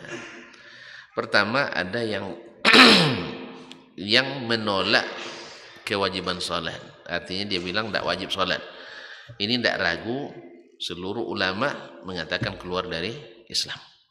Kalau tidak mengakui kewajiban salat, karena salat itu rukun. Kalau rukunnya dihilangkan berarti runtuh bangunannya, tidak ada Islamnya lagi. Cuman ada yang dia mengakui kewajiban salat itu, dia mengimaninya wajib salat, cuma dia tinggalkan karena lalai, karena malas, karena macam-macam. Masa awak umur masih 20-an kok sholat kan itu kan, tunggu umur 40 dulu, pas umur 40 tidak sampai, akhirnya tidak sholat. Nah di sini ulama berbeza pendapat. Imam Malik, Imam Ahmad dan jamaahir ahli hadis dan Zahiriyah tetap menghukum mereka keluar dari Islam. Artinya bila tidak tetap sholat disuruh bertaubat, ya bertobat, tidak payah tobat, kan tidak pakai bayar-bayar tobatnya kan, ya bertobat menyesali apa yang sudah dilakukan, meninggalkan sholat, kemudian berazam untuk tidak kembali lagi dan mulai sholat sejak saat ini. Insya Allah Allah ampuni, karena taubat itu menghancurkan, menghapuskan seluruh yang terjadi sebelum bertobat itu. Kita doa mudah-mudahan bertobat segera. Yang kedua pendapat ulama, Imam Asy-Syafi'i rahimahullah mengatakan dia tidak murtad, tetapi wajib untuk diingatkan dan dihukum oleh pemerintah yang berkuasa. Jadi kaum muslimin kalau perintah katakan bahwa mereka tidak ada urusan dengan sholat, keliru. Pemerintah itu berkewajiban mengatur sholat jemaahnya, rakyatnya, menyuruh mereka sholat. Alladzina immakkannahum fil ardi aqamus shalah wa atawuz zakah wa amaru bil ma'ruf wa nahaw 'anil munkar. Orang yang apabila kami berikan mereka kuasa di atas permukaan bumi, mereka mendirikan salat. Maksudnya bukan sendiri-sendiri, mendirikan salat di tengah-tengah kaum muslimin. Jadi kalau ada umat yang tidak salat, dia berkewajiban untuk menghukumnya. Nah, hukum yang diberikan kepada orang yang tak mau melaksanakan salat setelah dipanggil, disuruh salat, ternyata tetap tidak mau, boleh dihukum walaupun sampai hukumnya seperti hukum murtad, yaitu dibunuh, karena ini penyakit. Ini menurut mazhab Imam Asy-Syafi'i, tidak ringan juga, ya.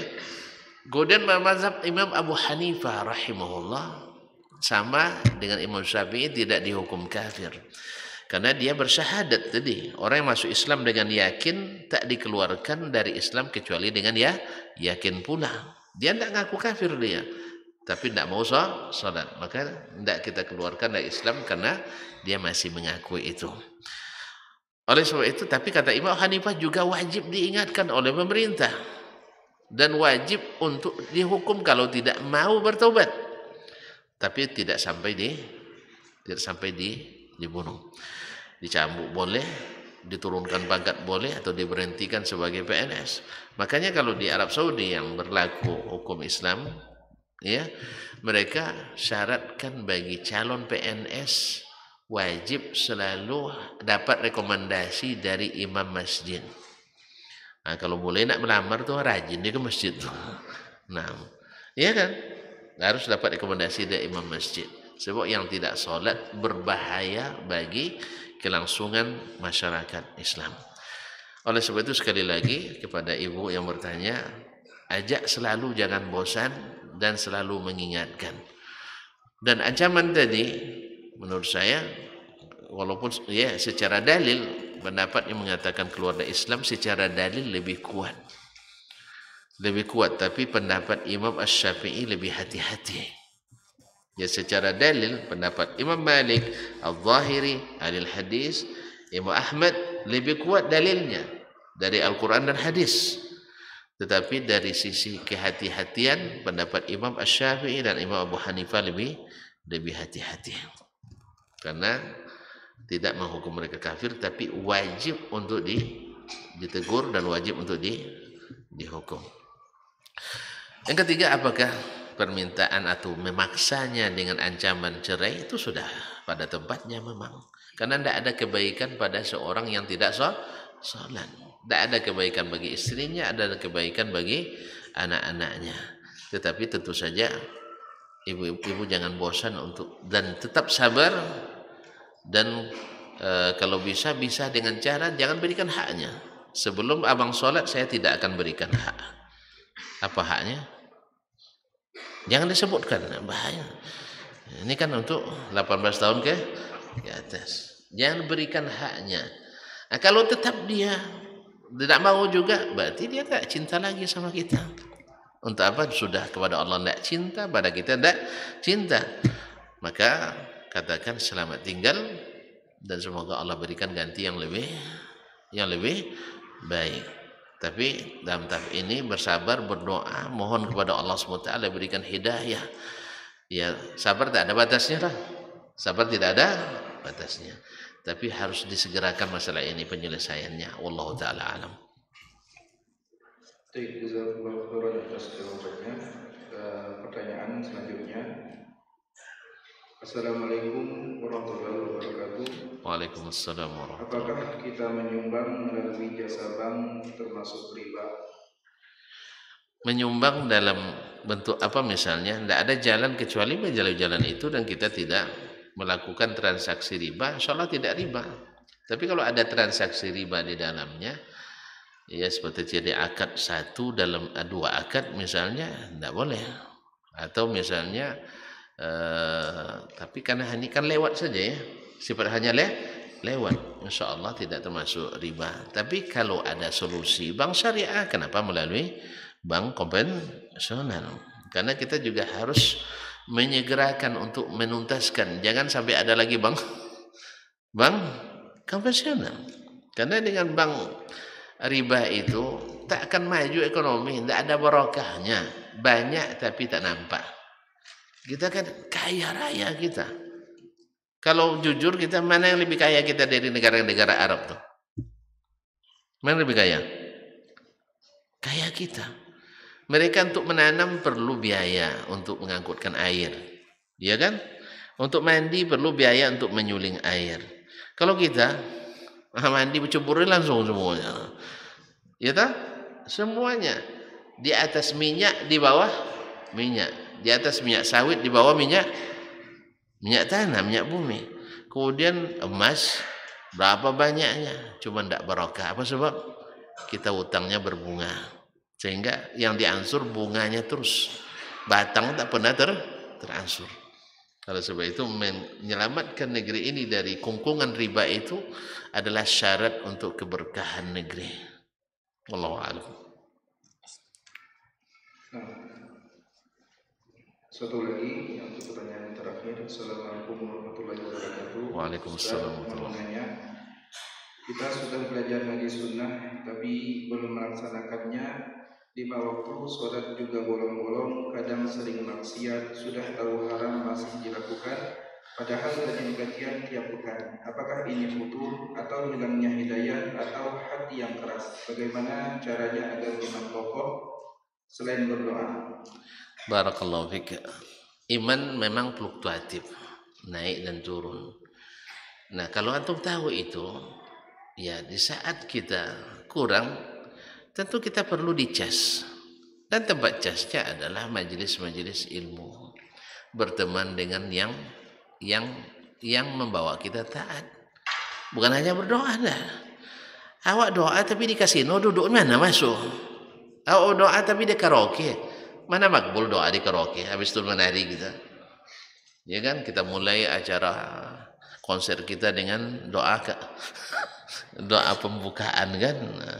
Dipimpin oleh seorang kiai. Doa habis itu joget-joget campur laki-laki perempuan. Masuk kan? Kan enggak kan? Jadi harus serius. Tadilah katanya sudah ngaji, berarti harus kelompoknya kelompok yang sudah ngaji. Ya kalau dengan orang ngaji, orang ngaji gitu juga Ustaz katanya, nipunya bahasa asap juga katanya, ghibahnya macam-macam. Cari kelompok yang tidak ghibah. Ya karena dari sebanyak itu orang ngaji masa ghibah semua, enggak semua kan. Masa sebanyak itu orang penipu semua enggak. Ada personal yang maftun menurut istilah syar'inya. Orang ini maftun artinya dia tahu tapi belum bisa meninggalkan. Dia tahu itu dosa tapi belum bisa meninggalkan. Dengan banyak sebab. Satu tadi, kelalaian diri. Yang kedua, karena kurangnya ilmu. Yang ketiga, kawan-kawan di sekeliling. Yang keempat, tidak ada yang menjaganya. Yang kelima tadilah kekurang kemampuan untuk menahan diri. Nah, oleh sebab itu kalau kita tahu kelemahan itu, lemahnya di ilmu, duduk di majelis ilmu. Lemahnya di teman, ganti teman. Berani kita ganti teman. Kalau lemahnya di ketahanan diri, jangan dekat-dekat tempat-tempat yang subuhat. Jangan dekat-dekat tempat yang subuhat. Misalnya, mohon maaf, contoh kecil, antum tahu diri antum orangnya suka nonton, sah? Suka nonton? Oleh sebab itu, jangan beli alatnya. Yang ditonton apa? TV kan? Biasanya jangan masukkan TV ke rumah. Dah selesai. Ya tak? Oh enggak, nanti orang cerita semua. Ya masa cerita gol 2-0 itu enggak harus tengok TV juga lah. Ya. Enggak tahu untuk perkembangan dunia tanpa TV. Tahu kan? Kemudian antum tahu perkembangan dunia, apa yang bisa antum buat? Ada yang bisa dibuat. Menang Indonesia 2 kali lawan karo-karo. Apa namanya? Apa untuk bagi antum? Apa yang bisa antum buat? Kalau kalah pun, antum itu buat nangis. Habis itu selesai enggak? Atau artis ini nikah dengan artis dan sebagainya. Untuk apa? Harga cabai naik, tahu enggak tahu antum nanti akan tahu juga paniknya dia foto di pasar. Ya kan? Karena bungkus cabai itu koran juga. Jadi oleh sebab itu kaum muslimin muslimat yang dirahmati Allah SWT, maka berani untuk membuat keputusan yang menentukan arah kehidupan kita selanjutnya. Karena dulu Ali bin Abi Thalib yang masih kecil berani buat keputusan masuk Islam. Akhirnya selamat jadi orang hebat. Ayahnya Abu Thalib yang banyak jasa kepada Nabi tak berani buat keputusan. Akhirnya tak jadi orang hebat. Disebut nama Ali kita ucapkan radhiyallahu anhu tanpa ragu, sah? Tapi diucapkan namanya Abu Thalib kita bersedih. Karena Nabi bersedih dia tak jadi masuk Islam. Nak didoakan tak boleh pula. Ya tak? Jadi si kecil berani buat keputusan, hebat. Ayahnya yang dewasa tak berani buat keputusan karena takut nak bertemu dengan sahabatnya di neraka. Akhirnya dia memilih mati dalam keadaan syirik.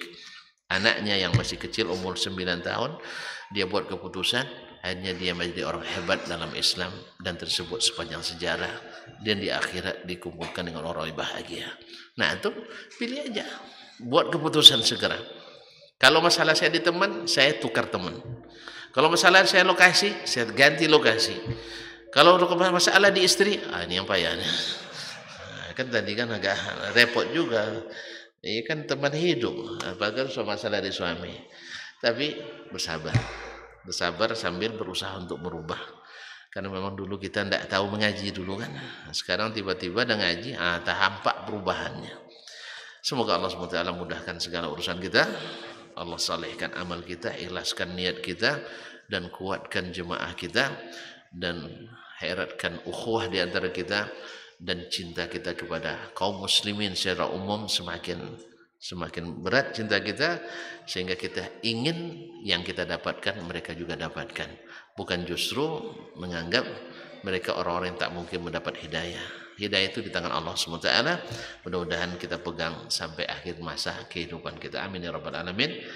Allahumma lakal hamdu kullu wa lakal mulku kulluhu wa biyadikal khairu kulluhu wa ilaika yurja'ul amru kulluhu. Allahumma arinal haqqa haqqan warzuqna ittiba'ah wa arinal batila batilan warzuqna ijtinabah. Terima kasih dan mohon maaf. Lebih kurang saya minta izin dan mohon maaf. Wabillahi taufiq wal hidayah. Terima kasih kepada semua. Wassalamualaikum warahmatullahi wabarakatuh.